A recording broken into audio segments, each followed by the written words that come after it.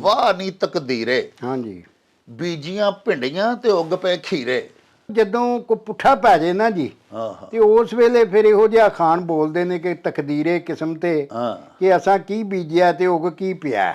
एक कोजी ते उतों सुती उठी ਕਿਤੇ ਬੰਦਾ ਪਹਿਲਾਂ ਹੀ ਖੂਬਸੂਰਤ ਸੋਹਣਾ ਸੁੰਦਰ ਨਾ ਹੋਵੇ जी ਤੇ ਜਦੋਂ ਸੌਂ ਕੇ ਉੱਠਦਾ ਤੇ ਉਹਦੇ ਵਾਲ ਵੀ ਖਿਲੇ ਕਈ ਵਾਰੀ ਅੱਖਾਂ 'ਚ ਵੀ ਥੋੜਾ ਜਿਹਾ ਕੋ ਗਿੱਧ ਜਿਹੀ ਵੀ ਆਈ ਹੁੰਦੀ ਆ। हाँ जी हाँ जी ਹਾਂਜੀ ਤੇ ਕੋਈ ਮੁੱਛਾਂ ਵੀ ਹੇਠਾਂ ਉਤਾਂ ਹੋਈਆਂ ਹੁੰਦੀਆਂ ਨੇ। 100 ਕੋਹ ਤੇ ਵੀ ਜਾ ਕੇ ਆਪਣੀਆਂ ਹੀ ਮੱਝ ਦਾ ਦੁੱਧ ਪੀਵੀਦਾ ਹੈ।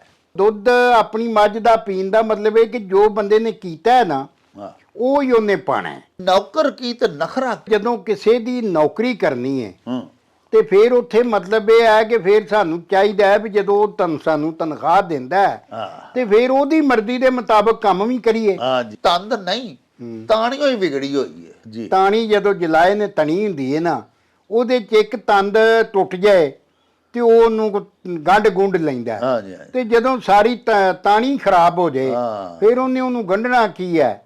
ਅਨਾੜੀ ਕਲੰਦਰ ਹੂੰ ਤੇ ਬਾਂਦਰਾਂ ਦੀ ਸਖਤੀ। ਅਨਾੜੀ ਆਂਦੇ ਨੇ ਜਿਹਨੂੰ ਪੂਰੀ ਸਿੱਖਿਆ ਨਾ ਲਈ ਹੋਵੇ। ਹਾਂ ਜੀ ਹਾਂ ਜੀ।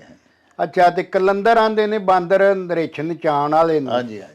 ਆਪਣੀ ਅੰਬੜੀ ਵਾਹ ਲਾਵੇ ਚੰਬੜੀ ਵਾਹ। ਫੇਰ ਅੰਬੜੀ ਦੀ ਅੰਬੜੀ। ਬੁਰਿਆਂ ਕੰਮਾਂ ਤੋਂ ਠਾਕਦੀ ਏ ਮਾਂ ਭੈੜੀਆਂ ਹਰਕਤਾਂ ਤੋਂ ਠਾਕਦੀ ਏ ਹਾਂ। ਇਸ ਵਾਸਤੇ ਮਾਰਦੀ ਵਰਨਾ ਤੇ ਮਾਂ ਦਾ ਤੇ ਦਿਲ ਜਿਹੜਾ ਉਹ ਮਤਲਬ ਹੈ ਕਿ ਬੱਚਿਆਂ ਨੂੰ ਮਾਰਨ ਤੇ ਕਰਦਾ ਹੀ ਨਹੀਂ। ਕਰਦਾ ਹੀ ਨਹੀਂ। ਸੱਪ ਨੂੰ ਸੱਪ ਲੜੇ ਤੇ ਵਿਸ ਕਿਨੂੰ ਚੜੇ।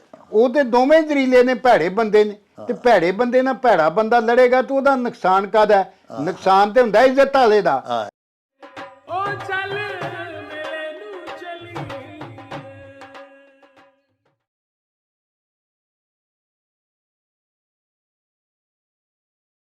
ਬਿਸਮਿल्लाहिर्रहमानिर्रहीम।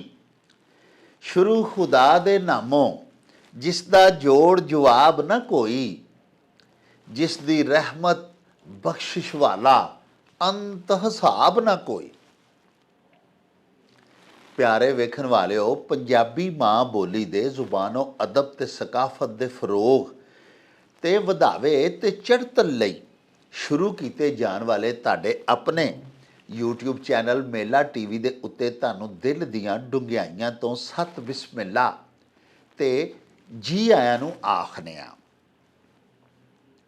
ਸਾਹਿਬੋ ਸਾਡੀ ਇਹ ਬੇਨਤੀ ਹੈ ਵੀ ਆਪਣੇ ਇਸ ਚੈਨਲ ਨੂੰ ਸਬਸਕ੍ਰਾਈਬ ਕਰ ਲਵੋ, ਨਾਲ ਬਣਿਆ ਹੋਇਆ ਘੰਟੀ ਦਾ ਨਿਸ਼ਾਨ ਜ਼ਰੂਰ ਦਬਾਇਆ ਜੇ।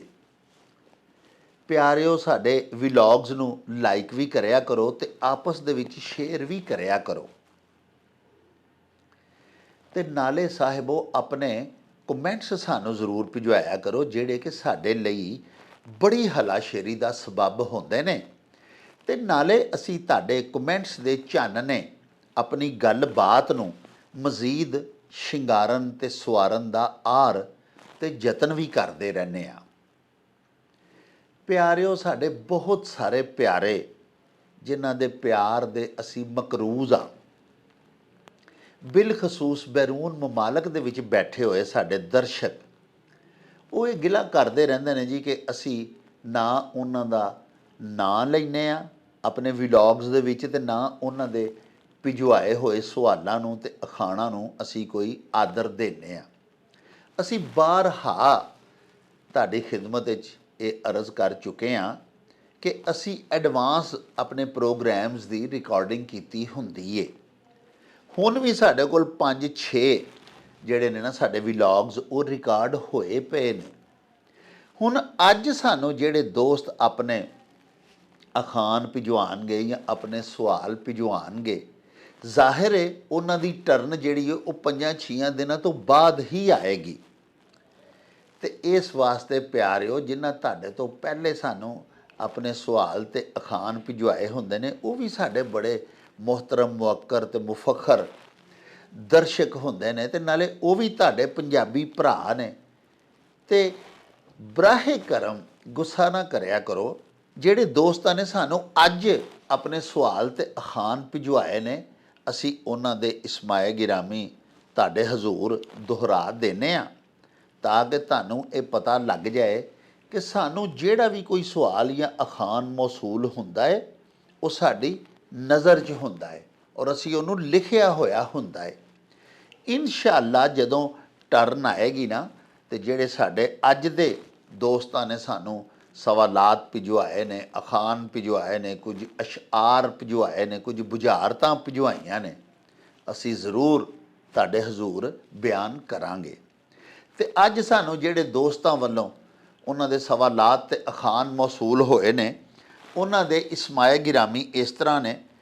ਤਲਾਗੰਗ ਮਦਾਰਸੇ ਅਰੇਬੀਆ ਬਾਗ, ਉੱਥੋਂ ਜਨਾਬ ਫਾਜ਼ਿਲ ਨੇ ਮਦਾਰਸੇ ਅਰੇਬੀਆ ਦੇ ਅਮਜਦ ਅਲੀ ਸਾਹਿਬ। ਇਸ ਤੋਂ ਇਲਾਵਾ ਮਹਿਮੂਦ ਚੌਧਰੀ ਸਾਹਿਬ ਨੇ ਲੰਦਨ ਤੋਂ, ਮੁਹੰਮਦ ਫਾਰੂਕ ਸਾਹਿਬ ਨੇ, ਲਛਮਨ ਸਿੰਘ ਨੇ ਇੰਡੀਆ ਤੋਂ, ਯੂਨਸ ਚੌਧਰੀ, ਹਾਮਦ ਦਾਨਿਆਲ ਨਾਰਵੇ ਤੋਂ, ਸਾਹਿਬੋ ਫਾਰੂਕ ਨਦੀਮ ਸ਼ਮਸ਼ਾਦ ਆਵਾਨ ਸਾਹਿਬ ਤੇ ਭਰਤ ਬਜਾਜ ਜੀ, ਇਹ ਇੰਡੀਆ ਤੋਂ ਨੇ। ਰਜਵੰਤ ਕੌਰ ਸਾਡੀ ਭੈਣ, ਇਹ ਵੀ ਇੰਡੀਆ ਦੇ ਸ਼ਹਿਰ ਹਰਿਆਣਾ ਤੋਂ ਨੇ। ਤਾਰਕ ਮਹਿਮੂਦ ਲਈਆ ਤੋਂ। ਰਸ਼ੀਦ ਅੰਜੁਮ ਕੈਨੇਡਾ ਦੇ ਸ਼ਹਿਰ ਟੋਰਾਂਟੋ ਤੋਂ। ਹਰਬਿੰਦਰ ਮਾਨ ਇੰਡੀਆ ਦੇ ਸ਼ਹਿਰ ਅੰਮ੍ਰਿਤਸਰ ਤੋਂ। ਕਮਰ ਕੁਦੂਸ ਸੁਲਹਿਰੀਆ, ਅਜਮਲ ਗਫੂਰ ਤੇ ਮੁਹੰਮਦ ਸਈਦ ਸ਼ਫਕ ਹਾਲੈਂਡ ਤੋਂ, ਨੀਦਰਲੈਂਡ ਤੋਂ। ਉਹਨਾਂ ਨੇ ਸਾਨੂੰ ਆਪਣੇ ਸਵਾਲਾਤ ਭਿਜਵਾਏ ਨੇ, ਆਪਣੀਆਂ ਲਿਖਤਾਂ ਭਿਜਵਾਈਆਂ ਨੇ ਔਰ ਆਪਣੇ ਅਖਾਣ ਵੀ ਸਾਨੂੰ ਭਿਜਵਾਏ ਨੇ। ਸਾਡੇ ਸਿਰ ਮੱਥੇ ਤੇ ਸਾਡੇ ਵਾਸਤੇ ਬੜੇ ਪ੍ਰਾਈਡ ਦੀ, ਬੜੇ ਫਖਰ ਦੀ ਬਾਤ ਹੈ। ਤੁਸੀਂ ਸਾਰੇ ਹੀ ਸਾਡੇ ਬੜੇ ਮਾਣਯੋਗ ਤੇ ਬੜੇ ਪਿਆਰੇ ਲਾਡਲੇ ਤੇ ਲਡਿੱਕੇ ਦਰਸ਼ਕ ਹੋ। ਇਸ ਲਈ ਤੁਹਾਡੇ ਅੱਗੇ ਬੇਨਤੀ ਹੈ ਵੀ ਸਾਡੇ ਤੋਂ ਨਾਰਾਜ਼ ਜਾਂ ਰਿੰਝ ਨਾ ਹੋਇਆ ਕਰੋ। ਤੇ ਆਓ ਫਿਰ ਚੱਲੀਏ ਤੁਹਾਡੇ ਅੱਜ ਦੇ ਭਿਜਵਾਏ ਹੋਏ ਸਾਰੇ ਸਵਾਲਾਤ ਤੇ ਤੁਹਾਡੇ ਅਖਾਣ ਤੇ ਤੁਹਾਡੇ ਅਸ਼ਆਰ ਲੈ ਕੇ ਬਾਬਾ ਜੀ ਇਹਸਾਨ ਬਾਜਵਾ ਹੋਰਾਂ ਦੇ ਕੋਲ, ਉਹਨਾਂ ਦੇ ਪਿੰਡ, ਤੇ ਉੱਥੋਂ ਚੱਲ ਕੇ ਉਹਨਾਂ ਕੋਲੋਂ ਤੁਹਾਡੇ ਸਵਾਲਾਂ ਦੇ ਪਰਤਾਵੇ ਤੇ ਤੁਹਾਡੇ ਅਖਾਣਾਂ ਦੇ ਮਤਲਬ ਜਾਣੀਏ। ਆਓ ਸਾਡੇ ਨਾਲ। ओ चल मेले नू चली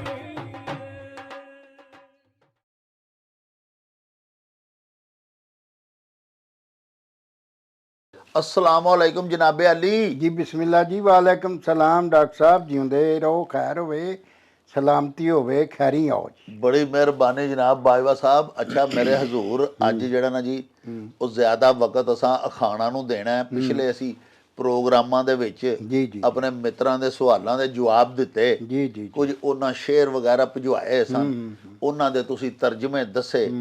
ਤੇ ਐਤਕੀ ਜਨਾਬ ਸਾਡੇ ਜਿਹੜੇ ਮਿੱਤਰ ਜਿਨ੍ਹਾਂ ਨੇ ਅਖਾਣ ਭੇਜੇ ਸਨ, ਜੀ ਜੀ ਜੀ ਉਹ ਸਾਡੇ ਤੋਂ ਰਾਜ਼ੀ ਨਹੀਂ ਸਨ। ਉਹ ਆਂਦੇ ਹਾਂਜੀ ਕਿ ਸਾਡੇ ਅਖਾਣ ਤੋਂ ਪੁੱਛਿਆ ਹੀ ਨਹੀਂ ਬਾਬਾ ਜੀ ਕੋਲੋਂ। ਹਾਂਜੀ ਹਾਂਜੀ ਤੇ ਜਨਾਬ ਸਭ ਤੋਂ ਪਹਿਲੇ ਸਾਡੇ ਜਿਹੜੇ ਦੋਸਤ ਨੇ ਉਹਨਾਂ ਦਾ ਇਸਮੇ ਗ੍ਰਾਮੀ ਹੈ ਖਾਲਦ ਅਕਸੀ। ਉਹਨਾਂ ਸਾਨੂੰ ਇਹ ਭਿਜਵਾਇਆ ਸਵਾਲ। ਸਵਾਲ ਵੀ ਹੈ ਤੇ ਉਹਨਾਂ ਦਾ ਹੁਕਮ ਵੀ ਹੈ। ਸਵਾਲ ਇਹ ਵੇ ਕਿ ਉਹ ਆਂਦੇ ਨੇ ਜੀ ਕਿ ਤੁਸੀਂ ਜਦੋਂ ਵੀ ਪੰਜਾਬ ਦੇ ਹੀਰੋਜ਼ ਦੀ ਗੱਲ ਕਰਦੇ ਹੋ, ਤੁਸੀਂ ਨਾਂ ਲੈਂਦੇ ਹੋ ਜੀ ਭਗਤ ਸਿੰਘ ਦਾ, ਤੁਸੀਂ ਊਧਮ ਸਿੰਘ ਦਾ ਨਾਂ ਲੈਂਦੇ ਹੋ, ਦੁੱਲੇ ਭੱਟੀ ਦਾ ਨਾਂ ਲੈਂਦੇ ਹੋ। ਤੇ ਉਹਨਾਂ ਦਾ ਇਹ ਸਵਾਲ ਹੈ ਜੀ ਕਿ ਤੁਸੀਂ ਰਾਏ ਅਹਿਮਦ ਖਾਨ ਖਰਲ ਦਾ ਨਾਂ ਕਿਉਂ ਨਹੀਂ ਲੈਂਦੇ? ਹਾਂਜੀ, ਕਿ ਰਾਏ ਅਹਿਮਦ ਖਾਨ ਖਰਲ ਦੇ ਜੀ ਸਾਡੇ ਆਪਣੇ ਨੇ ਪੱਕੇ ਜੀ। ਜਨਾਬ ਬਪਾਏ ਦਾ ਪੁੱਤਰ ਸੀ ਖਰਲ, ਹਰਲ, ਜੋਤਾ, ਬਾਜਵਾ ਤੇ ਚੰਦਰ ਸੀਨ। ਵਾਹ। 5 ਸਕੇ ਭਰਾ ਸਨ ਜੀ। ਤੇ 42 ਪੁੱਤਰ ਸਨ ਜੋ ਬਪਾਏ ਦੇ, ਤੋਂ ਉਹਨਾਂ ਵਿੱਚੋਂ ਇੱਕ ਮਾਂ ਚੋਂ ਇਹ 5 ਭਰਾ ਸਨ। ਅੱਛਾ। ਤੇ ਵਾਹ ਰਾਏ ਦਾ ਮਤਲਬ ਹੁੰਦਾ ਜਾਂ ਰਾਹ ਦਾ ਮਤਲਬ ਹੁੰਦਾ ਚੜ੍ਹਦਾ ਹੋਇਆ ਸੂਰਜ। ਵਾਹ। ਤੋ ਇਹ ਖਿਤਾਬ ਹੈ ਸਾਰੇ ਜੱਟਾਂ ਦਾ। ਰਾਏ ਅਹਿਮਦ ਖਾਨ ਖਰਲ ਜੀ ਸਾਡੇ ਮੱਥੇ ਦਾ ਝੁੰਬਰ ਹੈ ਜਨਾਬ, ਸਾਡੇ ਸਿਰ ਦਾ ਤਾਜ ਹੈ। ਹਾਂਜੀ। ਔਰ ਉਹਨੇ ਜਨਾਬ ਜੋ ਮੱਥਾ ਲਾਇਆ 1857 ਦੀ ਜੰਗੇ ਆਜ਼ਾਦੀ 'ਚ, ਔਰ ਅੰਗਰੇਜ਼ਾਂ ਦੇ ਨਾਲ, ਔਰ ਜਾਨ ਆਪਣੀ ਸ਼ਹੀਦੀ ਪ੍ਰਾਪਤ ਕੀਤੀ, ਔਰ ਉਹਦਾ ਸੰਗੀ ਮਰਾਦ ਫਤਿਹਾਣਾ, ਇਹਦੇ ਤੋਂ ਇਲਾਵਾ ਜਬਰੂ ਨਾਈ, ਨਿਜ਼ਾਮ ਲੋਹਾਰ, ਹਾਜੀ ਖੋਕਰ, ਇਹ ਸਾਰੇ ਹੀ ਲੋਕੀ ਆਪਣੇ ਤੌਰ ਤੇ ਸੀਰ ਪਾਉਂਦੇ ਰਹੇ ਨੇ। ਹਾਂਜੀ। ਔਰ ਇਹਨਾਂ ਸਾਰਿਆਂ ਦੇ ਉੱਤੇ ਹੀ ਗੱਲਬਾਤ ਹੁੰਦੀ ਰਹੇਗੀ। ਤੇ ਕਈ ਵਾਰੀ ਇਸ ਤਰ੍ਹਾਂ ਹੋ ਜਾਂਦਾ ਸਾਹਿਬਨ ਕਿ ਗੱਲ ਕਿਸੇ ਹੋਰ ਪਾਸੇ ਦੀ ਹੁੰਦੀ ਹੈ ਤੇ ਉਧਰ ਨੂੰ, ਜਿਸ ਤਰ੍ਹਾਂ ਤੁਸੀਂ ਕਿਹਾ ਕਿ ਖਾਨ ਪਿੱਛੇ ਹੀ ਰਹਿ ਜਾਂਦੇ ਨੇ, ਉਹ ਫਿਰ ਖਾਣਾ ਵਾਲੇ ਵੀ ਇਹਨਾਂ ਉੱਤੇ ਪੂਰੀ ਵੇਰਵੇ ਨਾਲ ਕਿਤੇ ਫੇਰ ਗੱਲ ਕਰਾਂਗੇ। ਵਾਹ ਵਾਹ। ਹਾਂਜੀ। ਤੇ ਤੁਸੀਂ ਅਖਾਣਾ ਤੇ ਅੱਜ ਗੱਲ ਕਰ ਲਓ ਜੀ। ਬਿਲਕੁਲ ਠੀਕ ਹੈ ਸਰ। ਅੱਛਾ ਜੀ, ਲਓ ਜੀ ਖਾਲਦ ਸਾਹਿਬ ਤੁਸੀਂ ਸੁਣ ਲਿਆ। ਗੁਜ਼ਾਰਿਸ਼ ਇਹ ਵੇ ਕਿ ਅਸੀਂ ਕੋਈ ਜਾਣ ਬੁੱਝ ਕੇ ਐਸਾ ਨਹੀਂ ਕਰਦੇ ਜਿੰਨੇ ਵੀ ਸਾਡੇ ਦੇਸ਼ ਪੰਜਾਬ ਦੇ ਸਪੁੱਤਰ ਨੇ, ਹੀਰੋਜ਼ ਨੇ, ਜਿਨ੍ਹਾਂ ਦੀਆਂ ਆਪਣੀ ਮਾਂ ਮਿੱਟੀ ਦੇ ਵਾਸਤੇ ਉੱਚ ਪੱਧਰ ਦੀਆਂ ਖਿਦਮਾਤ ਨੇ, ਉਹ ਸਾਰੇ ਹੀ ਸਾਡੇ ਮੱਥੇ ਦਾ ਬਾਬਾ ਜੀ ਨੇ ਫਰਮਾਇਆ ਝੁੰਮਰ ਨੇ।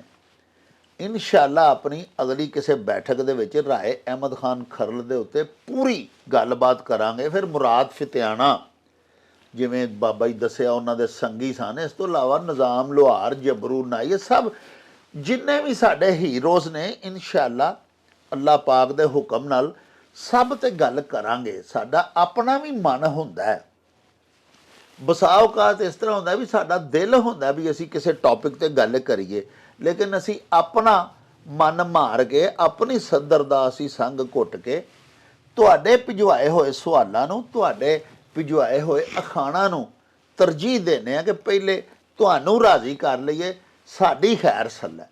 ਤੇ ਆਓ ਫਿਰ ਜਿਹੜੇ ਤੁਸੀਂ ਅੱਜ ਭਿਜਵਾਏ ਨੇ ਅਖਾਣ ਸਾਰੇ ਮਿੱਤਰਾਂ ਨੇ, ਉਹ ਬਾਜਵਾ ਸਾਹਿਬ ਦੀ ਖਿਦਮਤ ਦੇ ਵਿੱਚ ਪੇਸ਼ ਕਰੀਏ, ਉਹਨਾਂ ਦੇ ਮਤਲਬ ਸਮਝੀਏ। ਬਾਜਵਾ ਸਾਹਿਬ ਲਾਹੌਰ ਤੋਂ ਮੁਹੰਮਦ ਅਸਗਰ ਫਾਰੂਕ ਸਾਡੇ ਬੇਲੀ ਨੇ ਜੀ, ਉਹਨਾਂ ਜਨਾਬ ਅਖਾਣ ਭਿਜਵਾਇਆ ਵੀ 100 ਕੋਹ ਤੇ ਵੀ ਜਾ ਕੇ ਆਪਣੀਆਂ ਹੀ ਮੱਝ ਦਾ ਦੁੱਧ ਪੀਵੀਦਾ ਹੈ। ਇਹ ਬੜਾ ਖੂਬਸੂਰਤ ਅਖਾਣ ਹੈ ਜੀ, ਤੇ ਇਹਦਾ ਮਤਲਬ ਦੱਸਿਆ ਗਿਆ ਇਹ ਕਿ ਜਿਹੜਾ ਤੁਹਾਡਾ ਵਰਤਾਰਾ ਹੋਏਗਾ ਨਾ ਲੋਕਾਂ ਨਾਲ, ਹਾਂਜੀ, ਤੁਸੀਂ ਅਗਰ ਆਏ ਗਏ ਦੀ ਟਹਿਲ ਸੇਵਾ ਕਰਦੇ ਹੋਵੋਗੇ ਜੀ, ਤੇ ਜਦੋਂ ਤੁਸੀਂ ਕਿਸੇ ਕੋਲ ਜਾਓਗੇ ਤੇ ਉਹ ਵੀ ਤੁਹਾਡੀ ਪੂਰਾ ਜ਼ੋਰ ਲਾ ਕੇ ਪੱਬਾਂ ਪਾਰ ਹੋ ਕੇ ਤੁਹਾਡੀ ਸੇਵਾ ਕਰੇਗਾ। ਇਸ ਤਰ੍ਹਾਂ ਹੀ ਹਾਂਜੀ, ਇਸ ਤਰ੍ਹਾਂ ਹੀ। ਤੋ ਦੁੱਧ ਆਪਣੀ ਮੱਝ ਦਾ ਪੀਣ ਦਾ ਮਤਲਬ ਇਹ ਕਿ ਜੋ ਬੰਦੇ ਨੇ ਕੀਤਾ ਹੈ ਨਾ, ਉਹ ਹੀ ਉਹਨੇ ਪਾਣਾ ਹੈ। ਜੋ ਉਹਦਾ ਰਵੱਈਆ ਨਾ, ਉਹਦੇ ਕੋਲ ਜਿਹੜੇ ਲੋਕ ਆਉਂਦੇ ਨੇ ਉਹਨਾਂ ਨਾਲ ਜਦੋਂ ਉਹਨਾਂ ਦੀ ਰੱਜ ਕੇ ਖਿਦਮਤ ਕਰੇਗਾ ਤੇ ਜਦੋਂ ਜਾਏਗਾ ਕਿਤੇ ਤੇ ਉਹ ਵੀ ਉਹਦੀ ਉਸ ਤਰ੍ਹਾਂ ਹੀ ਖਿਦਮਤ ਕਰਨੀ। ਵਾਹ ਵਾਹ। ਤੋ ਇਸ ਅਖਾਣ ਦਾ ਬੁਨਿਆਦੀ ਮਕਸਦ ਇਹ ਹੀ ਹੈ ਕਿ ਸਾਨੂੰ ਆਏ ਗਏ ਦੀ ਟਹਿਲ ਸੇਵਾ ਕਰਨੀ ਚਾਹੀਦੀ ਹੈ ਆਪਣੀ ਔਕਾਤ ਦੇ ਮੁਤਾਬਕ, ਜਿੰਨੀ ਅਸੀਂ ਕਰ ਸਕਦੇ ਹਾਂ। ਖਿੜੇ ਮੱਥੇ ਨਾਲ, ਹਾਂਜੀ, ਮੱਥੇ ਵੱਟ ਨਹੀਂ ਪਾਉਣਾ ਚਾਹੀਦਾ, ਔਰ ਖੁਸ਼ ਅਖਲਾਕੀ ਨਾਲ ਤੇ ਖਿੜੇ ਮੱਥੇ ਉਹਦੀ ਸੇਵਾ ਕਰਨੀ ਚਾਹੀਦੀ ਹੈ। ਜਦੋਂ ਅਸੀਂ ਕਿਸੇ ਕੋਲ ਜਾਵਾਂਗੇ ਤੇ ਸਾਡੀ ਵੀ ਉਸ ਤਰ੍ਹਾਂ ਹੀ ਸੇਵਾ ਹੋਵੇਗੀ। ਲਓ ਜੀ ਪਿਆਰਿਓ, ਅਖਾਣ ਇਹ ਸੀ ਵੀ 100 ਕੋਹ ਤੇ ਵੀ ਜਾ ਕੇ ਆਪਣੀ ਹੀ ਮੱਝ ਦਾ ਦੁੱਧ ਪੀਵੀਦਾ।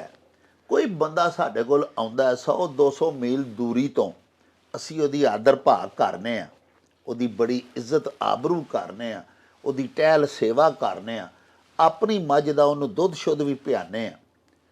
ਪਿਆਰਿਓ, ਜਦੋਂ ਅਸੀਂ ਕਿਸੇ ਟਾਈਮ ਉਹਦੇ ਕੋਲ ਜਾਵਾਂਗੇ, ਕੋਈ ਸਾਨੂੰ ਉਸ ਇਲਾਕੇ ਵੱਲ ਨੂੰ ਕੰਮ ਪੈ ਜਾਏਗਾ ਤੇ ਉਹ ਪਰਤਾਵੇ ਦੇ ਵਿੱਚ ਉਸੇ ਤਰ੍ਹਾਂ ਹੀ ਸਾਡੇ ਨਾਲ ਸਲੂਕ ਕਰੇਗਾ ਜਿਸ ਤਰ੍ਹਾਂ ਦਾ ਚੰਗਾ ਸਲੂਕ ਅਸਾਂ ਕੀਤਾ ਹੋਇਆ ਸੀ। ਬਾਬਾ ਜੀ ਦੱਸਿਆ ਨਾ ਵੀ ਜਿਵੇਂ ਕਿਸੇ ਨਾਲ ਕਰੋਗੇ ਉਸ ਤਰ੍ਹਾਂ ਹੀ ਪਰਤਾਵੇ 'ਚ ਉਹ ਵੀ ਕਰੇਗਾ। ਤੇ ਫਿਰ ਤੁਸੀਂ ਇੱਥੋਂ ਹਿਸਾਬ ਲਾ ਲਓ ਵੀ ਜਿਹੜਾ ਅਸਾਂ ਆਪਣੇ ਪਿੰਡ, ਆਪਣੇ ਘਰ, ਆਪਣੀ ਮੱਝ ਦਾ ਉਹਨੂੰ ਦੁੱਧ ਪਿਆਇਆ ਸੀ, ਉਹਨੇ ਵੀ ਪਰਤਾਵੇ ਵਿੱਚ ਸਾਡੀ ਮੱਝ ਦਾ ਹੀ ਦੁੱਧ ਸਾਨੂੰ ਪਿਆ ਦਿੱਤਾ। ਪਿਆਇਆ ਤੇ ਉਸ ਆਪਣੀ ਝੋਟੀ ਦਾ ਦੁੱਧ ਹੈ, ਲੇਕਿਨ ਅਸਾਂ ਜਿਹੜਾ ਪਿਆਇਆ ਹੋਇਆ ਸੀ ਉਹ ਹੀ ਸਾਨੂੰ ਵਾਪਸ ਮਿਲਿਆ। ਇਹ ਸੁਖਾਲਾ ਕਰਕੇ ਮੈਂ ਤੁਹਾਨੂੰ ਇਹ ਗੱਲ ਦੱਸੀ ਹੈ ਵੀ 100 ਕੋਹ ਤੇ ਵੀ ਜਾ ਕੇ ਆਪਣੀ ਹੀ ਮੱਝ ਦਾ ਦੁੱਧ ਪੀਵੀਦਾ, ਜਿਹਨੂੰ ਬਾਜਵਾ ਸਾਹਿਬ ਨੇ ਬੜਾ ਉਮਦਾ ਤਰੀਕੇ ਨਾਲ ਇਸ ਤਰ੍ਹਾਂ ਦੱਸਿਆ ਵੀ ਜਿਵੇਂ ਕਿਸੇ ਨਾਲ ਇਹ ਖੂਹ ਦੀ ਹੋਈ ਆਵਾਜ਼ ਹੈ, ਜਿਹਨੂੰ ਪਰਤਾਰ ਇੱਕ ਵਾਰੀ ਦੱਸਿਆ ਸੀ ਬਾਜਵਾ ਸਾਹਿਬ ਨੇ ਕਿ ਬਾਜ਼ ਗਸ਼ਤ ਦੀ ਪੰਜਾਬੀ ਪਰਤਾਰ ਹੈ। ਤੇ ਜਿਸ ਤਰ੍ਹਾਂ ਤੁਸੀਂ ਕਿਸੇ ਨਾਲ ਸਲੂਕ ਕਰੋਗੇ ਉਸੇ ਤਰ੍ਹਾਂ ਹੀ ਤੁਹਾਨੂੰ ਪਰਤਾਰ ਮਿਲੇਗੀ ਜਦੋਂ ਤੁਸੀਂ ਉਹਦੇ ਘਰ ਪ੍ਰਾਹੁਣੇ ਬਣ ਕੇ ਜਾਓਗੇ।